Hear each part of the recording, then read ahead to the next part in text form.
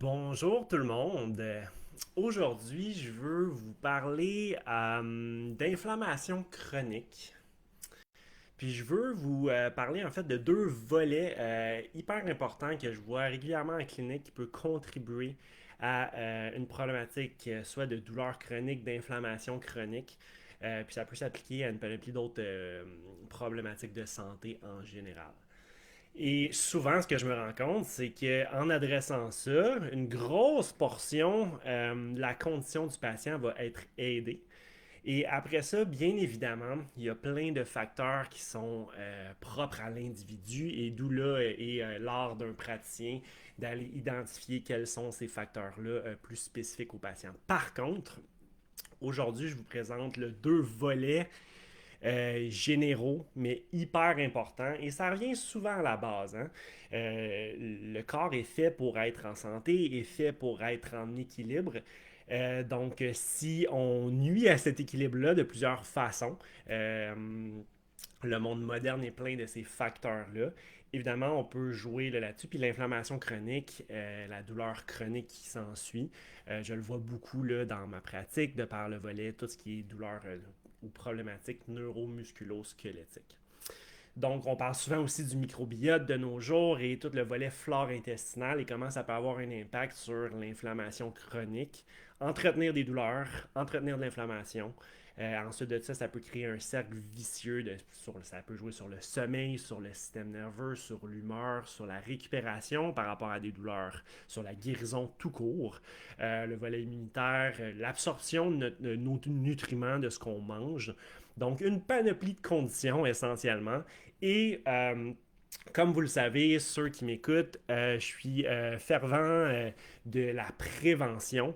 Mieux vaut toujours prévenir que de guérir. Donc, on veut toujours essayer de ne pas se rendre à cette problématique-là. Donc, aujourd'hui, je vous présente deux volets hyper fréquents que je vois en clinique là, et qui pourra vous aider à vous éviter une panoplie de problématiques ou si vous êtes aux prises avec des problématiques d'inflammation chronique ou de douleur. Pourquoi ne pas les mettre en pratique? Ça risque de vous aider. Donc voilà. Premier volet. Le premier volet, évidemment, mon chien il est un fan des lives. Hein? Puis, grosso modo, le premier volet, ça revient souvent à l'alimentation. Et sans tomber de façon exhaustive sur l'impact de l'alimentation sur l'inflammation, sur le microbiote et compagnie, ça revient à mon truc général, c'est d'éviter les aliments transformés le plus possible. Donc, moins il y a une longue liste d'ingrédients, plus vous êtes safe et plus ça risque d'être bon pour vous. OK? Donc, sans tomber encore une fois dans un volet nutritionnel et tout, ça me fera plaisir éventuellement peut-être d'avoir justement une entrevue avec un ou une nutritionniste, volet même naturopathique autour de ça et biochimique. Mais pour l'instant, juste dans mes premières questions avec les nouveaux patients, je veux savoir qu'est-ce qu'ils ont mangé dans les 3 derniers jours et tous les repas. Grosso modo, pour me faire une petite idée euh, de on en est où avec tout ça. Parce que souvent, un patient qui a vu 5-6 praticiens, chiro, ostéo, physio, médecin ou autre, puis que sa problématique est toujours pas réglée, faut qu'on fouille un petit peu. Puis souvent, on n'a pas besoin de fouiller tant que ça.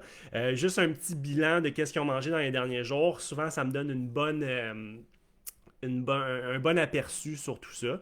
Je pense à tout ce qui est volet inflammation, là, tout ce qui est en hit, donc épicondylite, bursite, arthrite et compagnie, j'en passe. Gros lien souvent avec le volet alimentaire, digestif, inflammatoire. Donc ça, c'est super important. Donc pourquoi éviter les aliments transformés?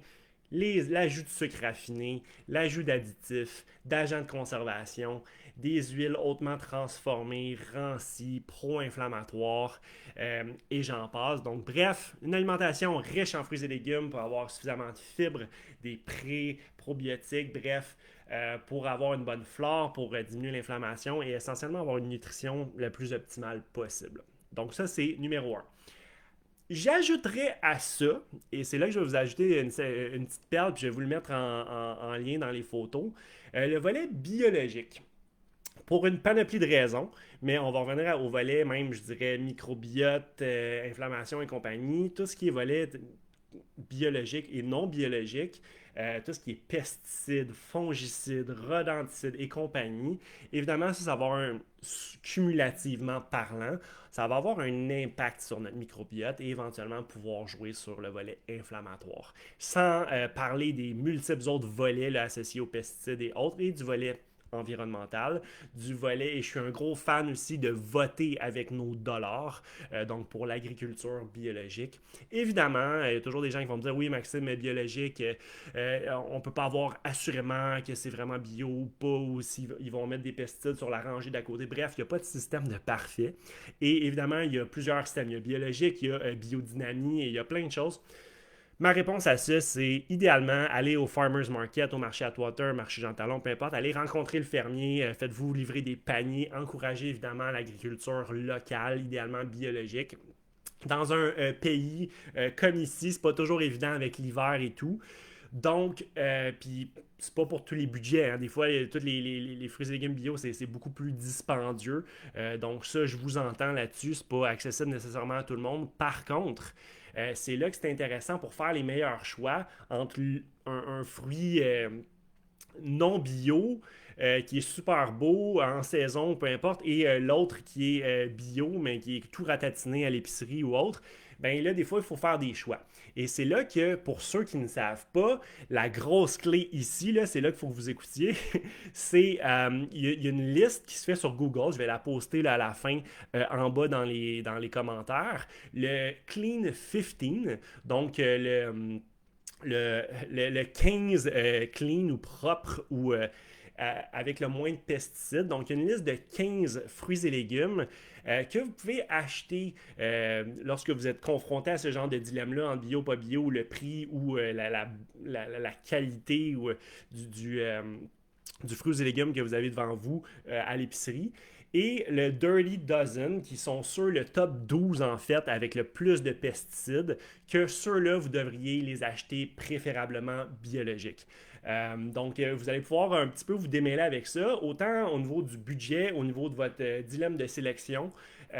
Ça nous aide à faire des bons compromis et de ne pas virer fou avec ça non plus. Donc, je vais vous poster ça, là, c'est super intéressant. Puis si vous pouvez retenir une chose du podcast aujourd'hui, c'est de retenir ou d'avoir quelque part là, dans votre cellulaire ces photos-là, le Clean 15 et le Dirty Dozen là, par rapport à l'alimentation biologique, les pesticides et non pesticides. Et les moins pesticidés et les plus pesticidés, si on peut dire ça comme ça. Donc voilà. Mon volet numéro 2, une des questions hyper fréquentes aussi que je pose à tous mes nouveaux patients. Évidemment, combien vous buvez d'eau dans une journée?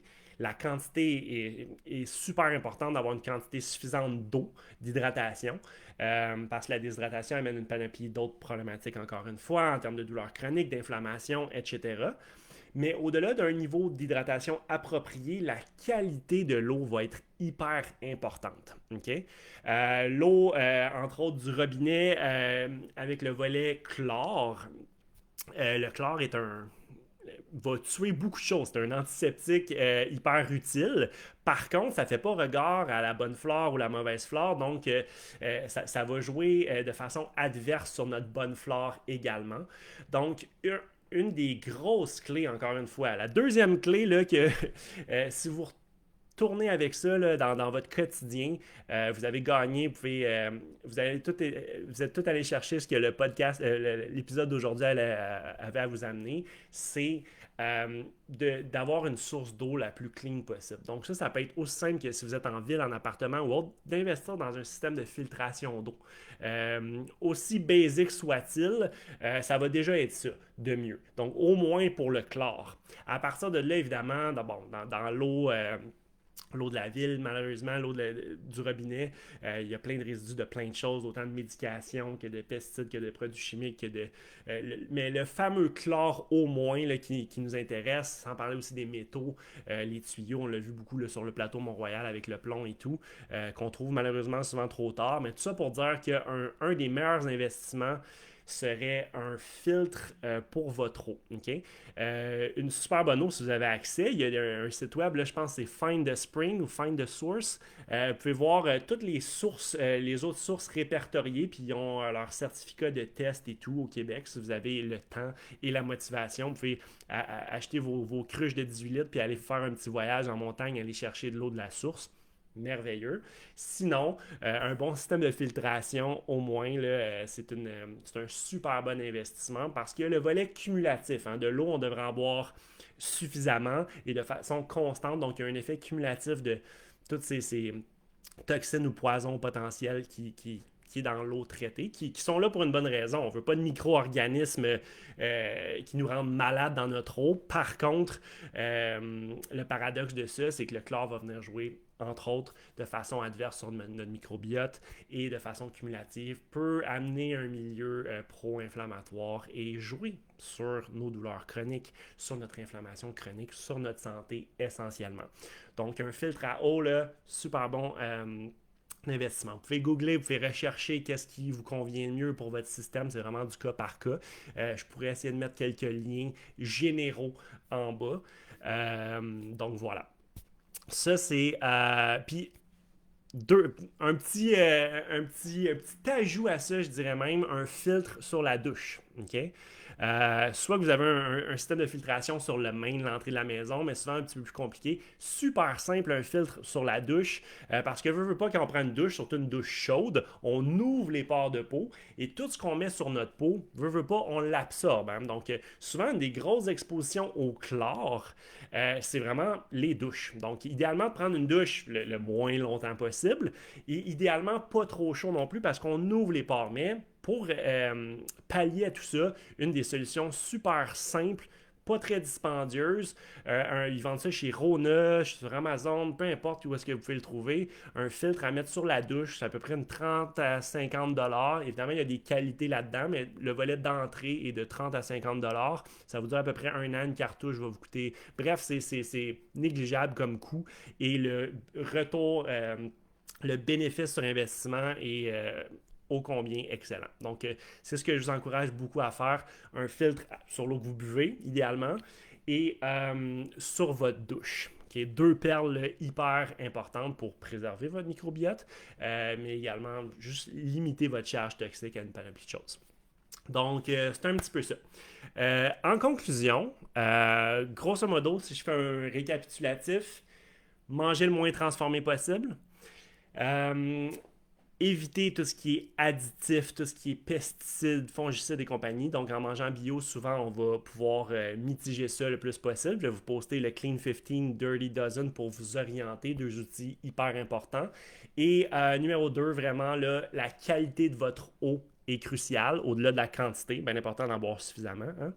Mais voilà, un filtre sur votre eau potable à boire et aussi un filtre sur la douche. Donc voilà, en espérant que ça puisse vous orienter. Si seulement tous mes nouveaux patients faisaient déjà ça de façon quotidienne, le filtre c'est assez simple, il est là, il est là.